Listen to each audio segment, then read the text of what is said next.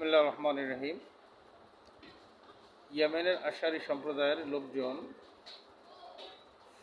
ষষ্ঠ বা সপ্তম হিজরি সনে যখন নবী করিম সাল্লাল্লাহু আলাইহি ওয়াসাল্লামের সাথে খায়বার যুদ্ধের পরে মদিনায় আসলেন, তখন হুজুর পাক সাল্লাল্লাহু আলাইহি ওয়াসাল্লামের সাথে তারা যে কথাগুলো বলেছিলেন, প্রতিনিধি দল আরজ করলেন, ইয়া রাসূলুল্লাহ, আমরা এজন্য এসেছি আপনার কাছে যে দ্বীনের ব্যুৎপত্তি অর্জন করব, পৃথিবীর সৃষ্টির সূচনা ও রহস্য সম্পর্কে অবগত হব।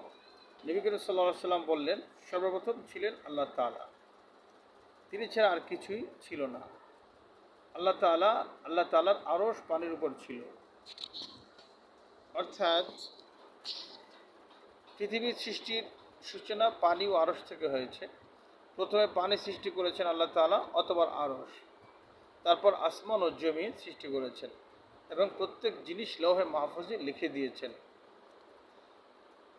আশারীদের বৈশিষ্ট্য ইবনে আসাকির রাহমাতুল্লাহ আলাইহি বলেন, তাওহীদ দ্বীনের মৌলিকত্ব, পৃথিবীর সৃষ্টি রহস্য এবং কালাম শাস্ত্রের বিভিন্ন মাসআলা সম্পর্কে চিন্তা গবেষণা করা আশারি পরিবারের মধ্যে বংশ পরম্পরায় প্রচলিত ছিল। এমনকি আবু মুসা আশারি রাদিয়াল্লাহু তাআলা আনহু-এর বংশধর ইমাম আবুল হাসান আশারি এর মাধ্যমে এসব বিষয়ে উন্নতি সাধিত হয়েছিল।